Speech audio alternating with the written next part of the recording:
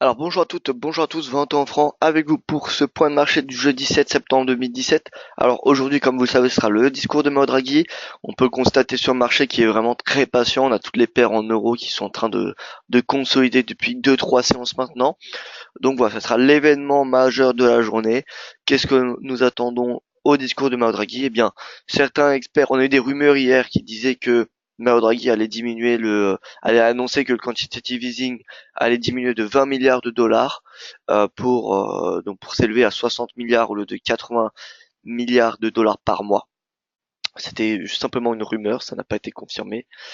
Euh, Personnellement, je pense que Mario Draghi pourrait être dovish, en tout cas moins optimiste que ce qu'attendrait le marché, pour faire redescendre l'euro et ainsi soutenir ses efforts pour faire remonter cette inflation qui peine à dépasser les 1,4%. Voilà, elle augmente, mais beaucoup plus faiblement qu'au début d'année. Pourquoi? Eh bien parce que tout simplement l'euro s'apprécie énormément, plus de 15% face au dollar depuis le 1er janvier. Voilà, donc pour accélérer cette hausse de l'inflation, eh bien c'est comme faire un quantitative easing, c'est le même but que quantitative easing, c'est de faire baisser la monnaie. Voilà. Donc potentiellement c'est possible que Mario Draghi ait un ton plutôt moins optimiste qui du coup le marché vende, que l'eurodoll retombe autour des 1,15, 1,16 pour ensuite soutenir l'inflation. Voilà, ça serait possible. En tout cas, c'est un scénario qui est envisageable. Je ne dis pas que ça va se produire, mais c'est possible. Alors, bonjour à vous, Pierre-Yves. Bonjour Luc, son et image parfait. Merci à vous. François Hoffman, que je salue. Pascal, bonjour à vous, bien Pascal. François Cousin, bonjour. Franck, bonjour à tous. Bien écoutez, bonjour à vous, Franck. On commence tout de suite par l'avertissement gaz sur le risque. Le trading à effet de levier amplifie toujours les gains et les pertes. Un compte risque limité présente un risque de perte du capital investi. L'investissement sur compte titre présente un risque de perte en capital. IG fournit exclusivement un service d'exécution d'ordre. La présentation est à titre indicatif et ne saurait être considérée comme un conseil ou une recommandation d'investissement. Alors, résumé des sciences américaines et asiatiques. Hier, nous avons eu le DXY qui était stable, plutôt voilà, moins 0,02%. On n'a pas eu vraiment de mouvement sur le dollar. Les marchés actions ont continué dans l'appétit pour le risque, soutenu par la hausse des cours de pétrole, la hausse des rendements obligataires américains, ce qui a soutenu eh bien le secteur bancaire et enfin le secteur pétrolier. Le T-note, le rendement obligataire, comme vous pouvez voir, plus 1,85%. Donc voilà, c'est ce qui a permis en grande partie cette hausse sur les indices américains. Le yen et le gold qui ont légèrement progressé cette nuit, surtout le yen plus 0,35% comme vous pouvez le constater. Le Nikkei plus 0,20, le Hang Seng et le MSCI Pacific clôturent dans le rouge. Globalement, on a une séance des marchés actions asiatiques qui ont clôturé en ordre dispersé, ce qui me donne plutôt un signal baissier sur les marchés actions européens. Et je vais vous dire ça pourquoi dans quelques instants. Mais avant, donc le calendrier économique, donc nous aurons des annonces tout au long de la journée, mais les plus importantes seront à 13h45 et 14h30. 13h45, la décision des taux qui sont attendus, inchangés. Et à 14h30, nous avons le fameux discours de Mario Draghi que j'aurai l'honneur de commenter en live avec vous dans le webinaire spécial BCE que vous pouvez retrouver le lien d'inscription sur le site dailyfx.fr. Le graphique du jour. Alors, c'est ce graphique que j'ai tweeté hier que je veux commenter avec vous aujourd'hui. C'est le CAC 40 en dollars versus le Dow Jones. Pourquoi en dollars? Eh bien, tout simplement parce que si vous avez un compte en dollars, bien évidemment, vous aurez un taux de change sur le CAC. Et à l'inverse, si vous avez un taux de change, un compte de trading en euros et que vous achetez du Dow Jones, eh bien, vous aurez le taux de conversion qui rentrera en jeu. Globalement, que vous convertissez le CAC 40 en dollars ou le Dow Jones en euros, vous retrouverez la même courbe. D'accord? Donc peu importe dans quel sens si vous convertissez le CAC en dollars ou si vous convertissez le Dow Jones en euros. Ce qui est important à remarquer, c'est qu'on a un début de sous-performance du CAC. Quand la courbe est baissière, ça veut tout simplement dire, quand le cours est baissier, pardon, ça veut tout simplement dire que le CAC sous-performe le Dow Jones. Et à l'inverse, dès que la courbe elle est haussière, le CAC sous-performe le Dow Jones. Comme on peut le voir, depuis le début de l'année, on a le CAC qui est haussier et on a l'effet euro qui impacte la performance du Dow Jones et qui profite au CAC. Donc l'effet euro, le fait que l'euro s'apprécie, ça fait baisser le Dow Jones et donc fait superformer le CAC. Ce qui veut dire que si vous aviez un compte de trading en euros et que vous aviez acheté le CAC et le Dow Jones au début d'année, ou en tout cas à ce moment-là, attendez, j'ai ma souris qui se... Voilà. Si vous aviez acheté le CAC et le Dow Jones sur un compte de trading en euros, eh bien votre position en CAC aurait été plus profitable que celle en Dow Jones. Pourquoi? Parce que la courbe elle est haussière. Voilà. Et ce qui est important de voir, c'est qu'on peut faire une analyse technique là-dessus. On a cette oblique baissière qui vient faire pression et on a une divergence, une belle divergence qu'on ne peut pas rater et qui était la même quasiment au début des années 2000 et qui ensuite a été suivie par 4 ans de sous-performance du CAC. Voilà. Donc je ne dis pas que je ne peux pas être sûr à 100% que le CAC va super-performer le Dow Jones en, en avec la même devise, mais en tout cas c'est possible. Là nous avons un signal technique que nous avions vu au début d'année et qui a été confirmé grâce à la cassure de cette oblique baissière. Au début d'année nous n'avions pas cassé cette oblique. Aujourd'hui aujourd'hui en début d'année nous l'avons fait. Voilà. Donc globalement, on a un signal haussier de surperformance du CAC. Donc c'est pas parce que le CAC fait plus 8% et le Dow Jones fait plus 12% que le Dow Jones superforme. Il y a un effet aussi de devise. Tout va dépendre de votre compte de trading, tout simplement. Donc voilà, c'est ce graphique que je voulais partager avec vous. On passe sur la plateforme. Alors bonjour à vous Gilles, bonjour Loyal, Francky nous a déjà dit bonjour et que je répète. Voilà. Alors, qu'est-ce que je voulais partager avec vous? Alors oui, pourquoi je m'attends à une journée plutôt de baisse sur les indices? Tout simplement parce que d'un point de vue technique, voilà, on est sous des résistances. L'Eurostoxx sous la moyenne, sous l'oblique et sous la moyenne mobile à 50 périodes, qui n'a pas réussi à dépasser depuis maintenant, eh bien, pas mal de temps. Depuis qu'il est passé en dessous de sa moyenne mobile, il n'a pas réussi à clôturer au-dessus. Ce qui veut dire que c'est depuis le 20 juin. Le CAC, pareil, en haut de son canal et qui teste sa moyenne mobile à 50 périodes. Donc plutôt d'un point de vue technique, on est baissier. Et regardez le RSI, il bute également sous les 50.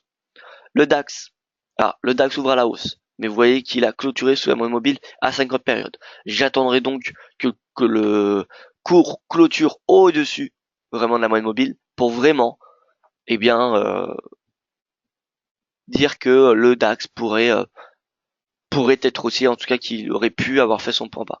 Mais pour le moment, écoutez, je préfère regarder la clôture de la veille, et la clôture de la veille marque très bien une clôture en dessous de cette moyenne mobile à 50 périodes.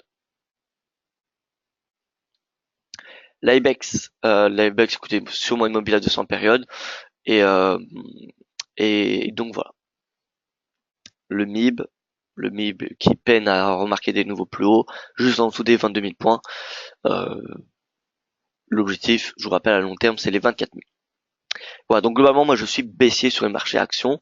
Ça va également, en-delà de l'analyse technique, ça va dépendre du pétrole. Est-ce que le pétrole est haussier? Pour le moment, oui. Oui, donc ça affecte euh, le secteur pétrolier. Et est-ce que le rendement obligataire à 10 ans est baissier? Non, il est haussier. Donc là, ça soutient le secteur bancaire européen. Voilà. Donc globalement, pour le moment, j'aurais tendance à privilégier l'analyse technique. Par contre, si le pétrole repart à la hausse, eh bien évidemment, nous aurons un appétit pour le risque qui se traduira par la cassure des obliques baissières sur les marchés actions européens.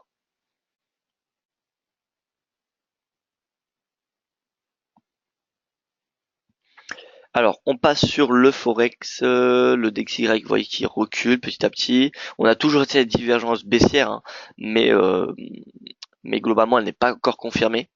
Pour qu'elle soit confirmée, il faudrait la cassure de 50. Voilà, donc pour le moment, c'est baissier, mais on reste toujours dans la zone pivot, qui est synonyme, de rebond. Alors je ne dis pas qu'il faut acheter le Dow Jones, le Dow Jones, le DXY, je ne dis pas qu'il faut acheter le dollar, mais en tout cas avant de le vendre, personnellement, j'attendrai une clôture journalière en dessous des 91,50. Voilà, ça c'est vraiment la chose que j'attends. Et pour l'acheter, eh bien j'attendrai d'acheter le dollar que si la divergence haussière est validée. Si elle n'est pas validée, je n'achèterai pas le dollar. Donc en fait, en ce moment, le dollar, je ne le trade pas. Je n'ai aucune position de dollar, tout simplement. On regarde l'euro-doll. Alors l'euro qui attend Draghi, le dollar qui, comme vous pouvez voir, est légèrement baissé, donc qui supporte l'euro. Aujourd'hui, ça va être qui tout double. Soit l'euro-doll ira chercher les 1,20, ou soit il descendra chercher sa moyenne mobile à 50 périodes à 1,1758. Voilà. Ça va être soit l'un, soit l'autre. Donc nous verrons bien. Difficile de donner une stratégie. D'un point de vue technique, on a toujours cette divergence baissière, mais qui n'est pas validée. Donc pour le moment, c'est pas un signal qui est exploitable. Mais par contre, ce serait cohérent qu'il chute sous les 20. Et que du coup, le RSI, le momentum, chute sous 50. La divergence baissière est validée. Et là, ça sera un super signal baissier pour venir chercher les 1,15. Voilà. Donc concrètement, si Draghi est un petit peu moins optimiste que ce que prévoit le marché, le momentum va baisser. Ça validera la divergence. Ça nous donnera, comment dire, un potentiel baissier assez intéressant. Alors, on va essayer de... Ce que j'aime bien avec quand il y a des divergences, c'est d'associer les divergences avec les retracements de Fibonacci. Vous voyez. Donc là, dès qu'il y a une divergence, bah, viser 38,2. C'est assez intéressant. Donc c'est un 1,15 tout simplement. Donc en clair, si la divergence baissière est validée, l'objectif baissier sur l'euro dollar, ça sera 1,15. Voilà. Maintenant, si vous voulez un objectif intermédiaire, eh bien, vous configurez Fibonacci, vous ajoutez 23,6. 23,6, vous avez 1,1716. Voilà, ça sera l'objectif intermédiaire. Personnellement, je n'utilise pas le 23,6.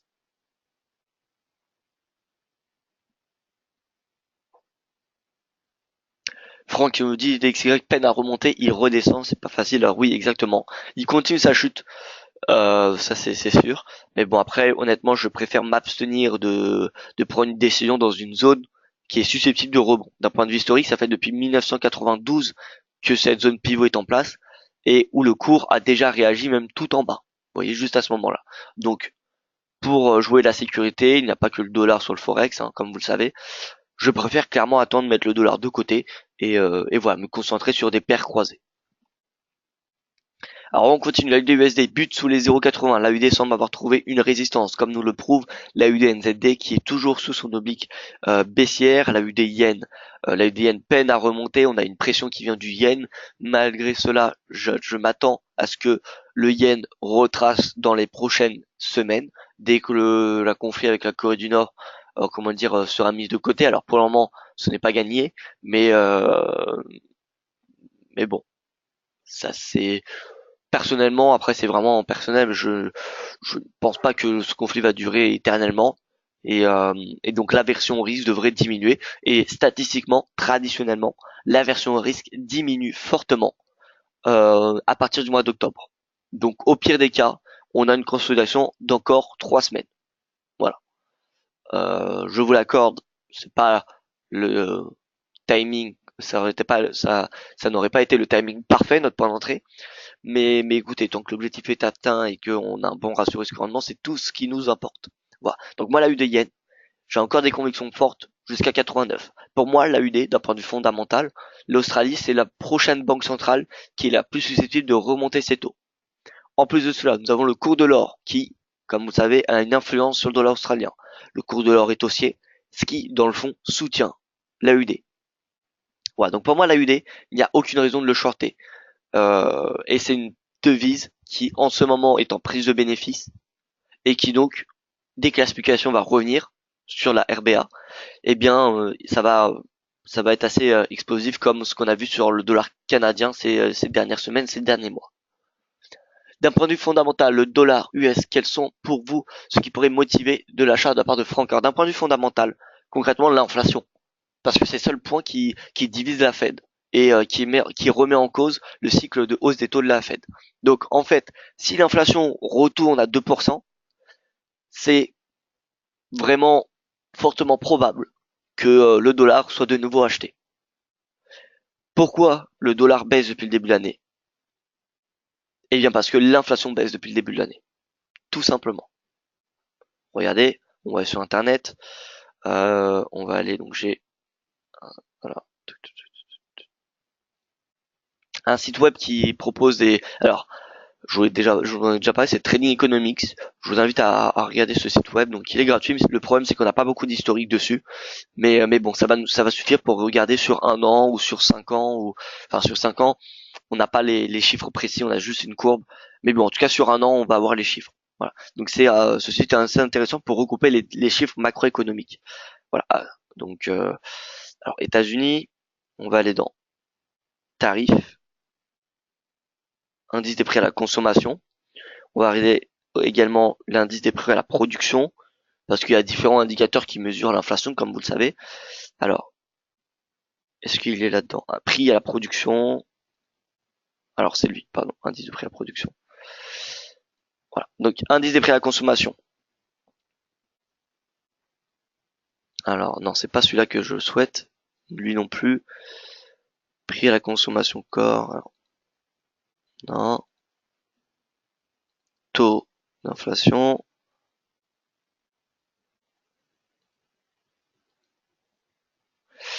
Bon, voilà. Alors, le taux d'inflation de janvier, il était de 2,3. Il est stable à 1,7. Taux d'inflation, cette fois-ci, là c'est le taux d'inflation, pardon, et avant c'était le taux d'inflation corps, excusez-moi. Et le taux d'inflation normal, 2,7, 1,7.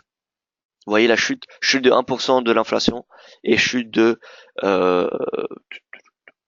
0,6% de l'inflation corps depuis le début de l'année. Donc c'est pour cela tout simplement que la Fed, les gouverneurs de la Fed sont un petit peu divisés. Certains sont totalement contre pour une hausse des taux, préfèrent attendre que l'inflation retourne à 2%, et d'autres estiment qu'il ne faut pas attendre que les chiffres macroéconomiques atteignent l'objectif pour remonter les taux. Voilà, donc pour moi, l'une des seules variantes qui pourrait faire remonter le dollar, c'est l'inflation. Si demain les États-Unis retrouvent une inflation corps au-dessus de 2%, ça sera bullish pour le dollar. Voilà. Moi, la seule chose que je surveille sur le dollar, c'est l'inflation. Enfin, l'une des seules choses.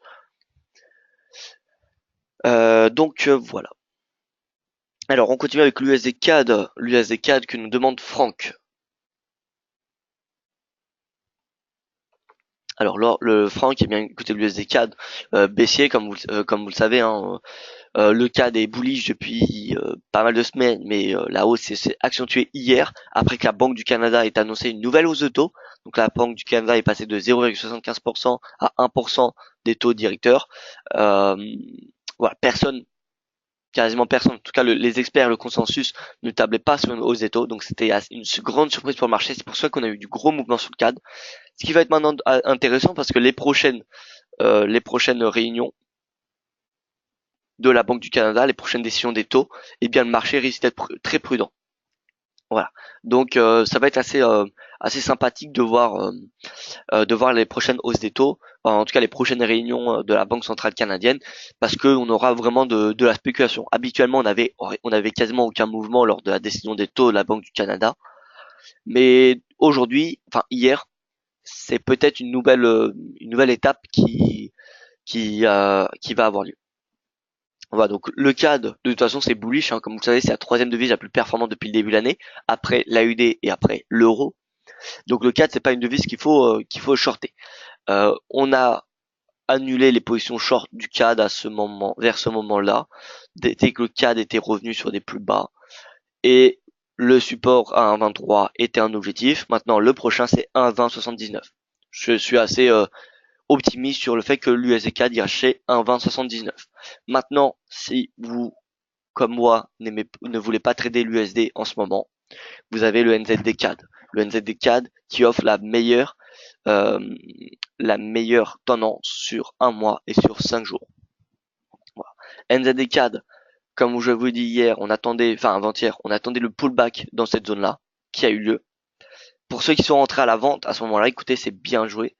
c'est bien joué. L'objectif c'est 0,8759 qui a, vous voyez, parfaitement été atteint hier.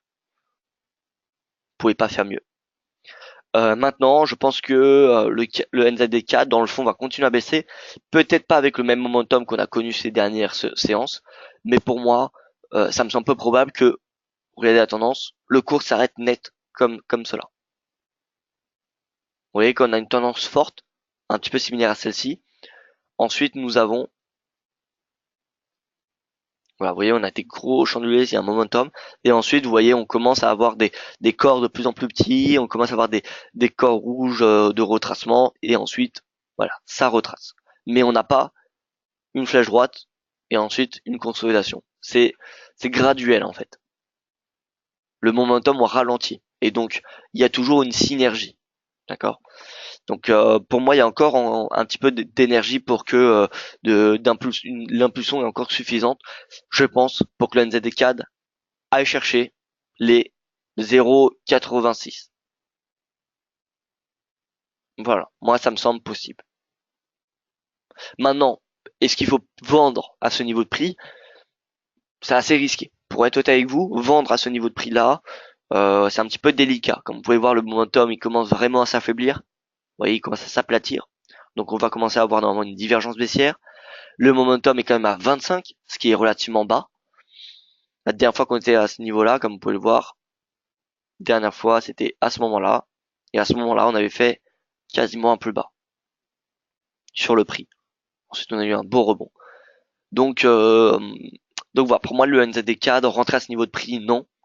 Par contre, ceux qui sont déjà à la vente, ceux qui ont vendu au moment où le cours a fait son pullback dans cette zone-là, eh bien, je pense que vous pouvez prendre une partie des bénéfices à 0,8759 et une autre partie à 0,8623 ou un petit peu avant comme 0,87. Tout simplement.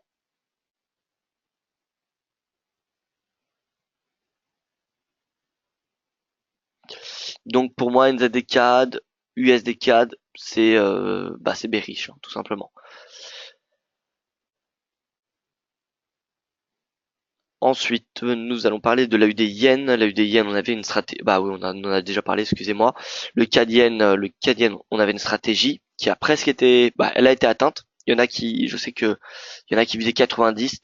Alors, personnellement, moi, quand je vise des seuils psychologiques, je ne vise jamais à 90 pile à pile. Tout simplement parce que, eh bien, les institutionnels ne mettent pas un take profit à 90. Ils le mettent un petit peu avant, un petit peu après, parce qu'on le sait que ici, à 90, il y a beaucoup de vendeurs et beaucoup d'acheteurs, et même un petit peu avant.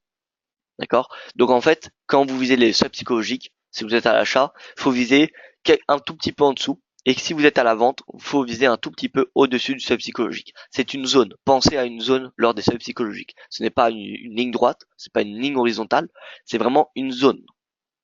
Les chiffres ronds, c'est des zones de support et des résistances. Voilà. Pensez comme cela et ça vous permettra d'optimiser, je pense, les gains.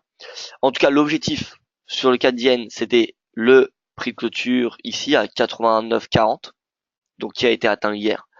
Donc voilà, félicitations à ceux qui ont suivi le scénario sur le cas d'Yen. Le seul scénario qui nous reste, c'est l'AU des Yen, me semble-t-il. Et, euh, et voilà, tout simplement.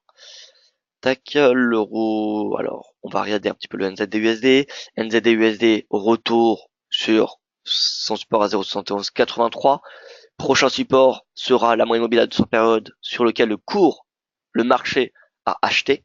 Donc, concrètement, ce que nous a prouvé le marché dimanche 3 septembre, enfin oui, le dimanche au soir, et le vendredi, comme vous pouvez le voir, c'est qu'il y a des acheteurs sur cette moyenne mobile. Et donc, si vous voulez si vous voulez optimiser votre vente que vous êtes actuellement sur la NZD USD, vous pouvez viser encore une fois légèrement au-dessus de cette moyenne mobile. Par exemple, 3-4 pips au-dessus. Tout simplement. NZD USD ou alors plutôt NZD Yen. Le Yen qui est plutôt qui superforme, comme on peut le voir sur l'USD Yen. L'USD Yen, il est baissier, ça veut dire quoi? Ça veut dire que le Yen superforme le dollar. Donc au lieu de vendre le NZD USD, ça sera beaucoup plus simple de vendre le NZD Yen. Le vendre jusqu'à où? Eh bien au moins jusqu'à 78. Voilà, là on a vraiment quelque chose d'intéressant. Pour moi, c'est l'une des seules stratégies qu'on peut avoir, qu'on peut donner aujourd'hui. Vente NZD Yen jusqu'à 78, pas plus. pas plus parce que le yen, comme vous le savez, il est sous résistance. Le yen index. Donc faut pas trop être gourmand du yen. En tout cas, c'est ce que je pense. Alors, il me semble qu'on a fait le tour des paires majeures. Il manque juste le GBP USD et l'USD CHF, il me semble. GBP USD, écoutez, c'est plutôt bullish. Ça, la momentum ralentit depuis hier. Pas grand chose à dire, hein. Honnêtement, le GBP, c'est une devise qui superforme à très court terme. Tout simplement, comme je l'ai écrit dans mon article. Euh, alors, voilà, je vous invite à lire cet article que j'ai fait, que j'ai pris un peu de temps à l'écrire. Il n'est pas très très long, hein, mais voilà. La livre qui profite tout simplement de la BCE et de la Fed. On a la Fed le 20 septembre, la BCE aujourd'hui, le marché qui prend des bénéfices sur l'euro, qui attend, comme vous pouvez voir, le dollar baisse, le marché attend clôture des positions. Et donc, ça va au bénéfice de quelle devise? Les valeurs refuges et la livre sterling, tout simplement.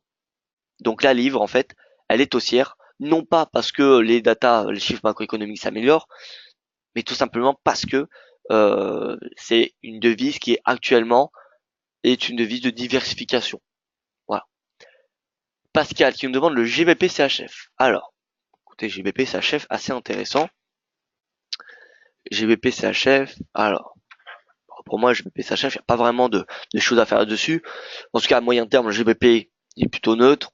Le CHF est plutôt neutre. Donc, globalement, on devrait avoir un range trading sur du moyen terme, comme on peut le constater ici. GBP CHF, alors, moyenne mobile à 200 périodes qui fait toujours office de résistance. Le support, alors, tout va dépendre de votre horizon de temps, Pascal. Est-ce que vous pouvez me donner un horizon de temps? Est-ce que c'est sur du court, du moyen, du long terme? Du long terme, ça va plutôt être du range trading. Du moyen, c'est pareil.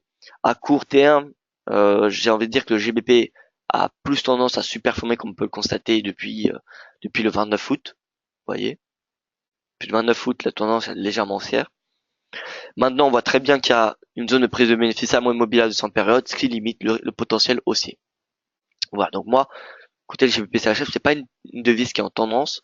Si vous voulez trader du GBP, pour moi, ça va être le GBP NZD. Voilà. Le GBP NZD, là, vous voyez qu'il y a un peu plus de tendance. Un peu plus de tendance. Euh, alors, le potentiel haussier, pour moi, il se fait... j'ai du mal à payer le GBP pour être honnête avec vous. Parce qu'il suffit que Mario Draghi soit plutôt optimiste aujourd'hui. Et dans ce cas, optimiste ou pessimiste, dans tous les cas, les flux vont se rediriger soit en zone euro ou soit aux États-Unis. Si Mario Draghi est optimiste, en tout cas, euh, à un ton plutôt optimiste, les flux reviendront sur la monnaie unique. Si Mario Draghi déçoit le marché, les flux iront sur le dollar. C'est pas plus compliqué que cela. Donc dans tous les cas, le GBP, il sera un petit peu pénalisé aujourd'hui. Maintenant, regardez la belle configuration technique, breakout des 1,80, du sub psychologique, pullback, impulsion. Donc là, concrètement, l'impulsion, on a une prochaine zone de résistance à 1,8234. 1,8234 GBP NZD, pour moi, c'est la seule paire qui se paye en GBP. Pourquoi? Eh bien parce que le NZD, c'est la devise la plus faible en ce moment sur le Forex. Comme on peut le voir ici. Alors là, nous sommes sur un mois.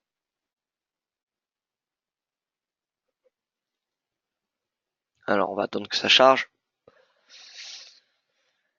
Alors, bon, on va attendre, on va repasser sur la plateforme Pro Real Time et ensuite on reviendra. Donc pour moi, voilà, le NZD, NZD CAD, NZD Yen, c'est les deux devises qui sont globalement intéressantes aujourd'hui. On passe donc toujours pas. Alors, ça doit être un bug. Le gold. Le gold qui est toujours plutôt globalement haussier, hein, je vous rappelle depuis le début de l'année, le gold qui fait une performance de, alors,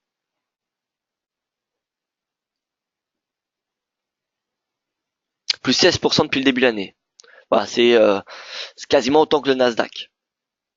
Donc c'est exceptionnel cette performance du gold, hein. Faut plutôt préférer les achats du gold que les ventes, hein.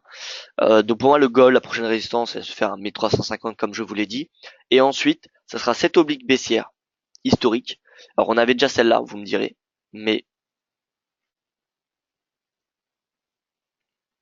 Voilà, il y a deux obliques. Donc la première, c'était l'oblique qui venait chercher tous les plus hauts. D'accord, c'est cet oblique en noir. L'oblique en rouge, c'est ceux qui viennent chercher tous les prix de clôture les plus hauts. D'accord? Donc il y a une petite nuance entre les deux. Et une fois qu'on aura cassé cet oblique, il n'y en aura plus d'autres, qui sera valide. Tout simplement. Donc, 1350, et ensuite ça sera 7 obliques baissières. Si ça casse cet oblique, ça viendra chercher 1419.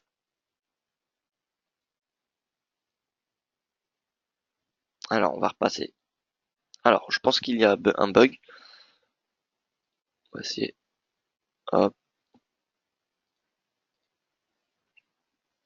il doit y avoir un petit problème. Bon, il doit y avoir un problème. C'est pas grave. Ce qui était important à voir, c'était que le NZD, il était la devise la plus faible depuis le début, depuis un mois et depuis 5 jours, et que le CAD était la devise la plus forte depuis un mois et depuis 5 jours. Donc, faut préférer les achats CAD parce qu'on cherche à aller dans le sens de la tendance et les ventes NZD.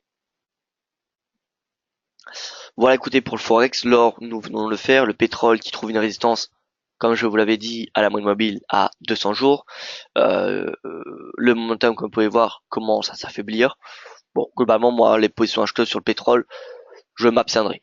D'autant plus qu'on a des points hauts toujours de plus en plus bas. Donc, si on clôture, si on en marque un point haut au-dessus au-dessus des 5000, au-dessus des 50,50 dollars, on pourra dire qu'on aura un retournement de tendance. Pourquoi? Eh bien, parce qu'on aura des points hauts de plus en plus hauts. Voilà. Si on a un prix de clôture, si la tendance continue jusqu'à 51 dollars, ça sera potentiellement un changement de tendance. En tout cas, techniquement, ça en sera un.